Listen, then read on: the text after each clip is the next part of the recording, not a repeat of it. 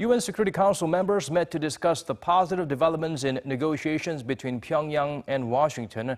There was tension between the U.S. and North Korea's two allies. China and Russia believe there should be changes to sanctions on the regime. For details, let's turn to our Oh Jung-hee.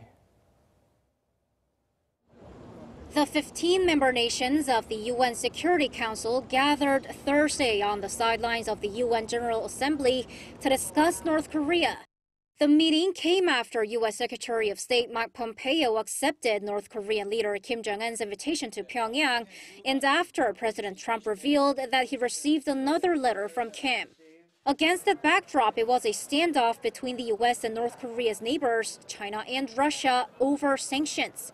Secretary Pompeo said they'll have to stay in place until North Korea denuclearizes and credited the sanctions for the progress made up till now.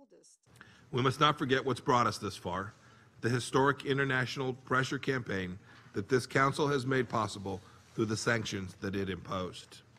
Enforcement of UN Security Council sanctions must continue vigorously and without fail until we realize the fully, final, verified denuclearization.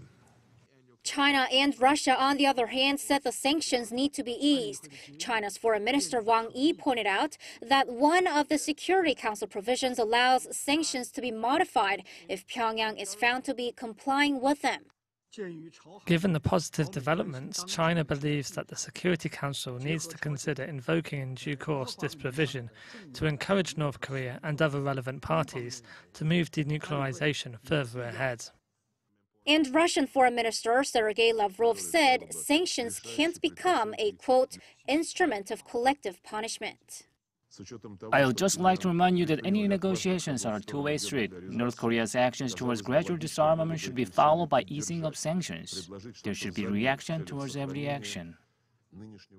North Korea promised it'll invite international experts when it dismantles its missile engine test site and hinted it could get rid of its key nuclear complex once the U.S. takes corresponding measures.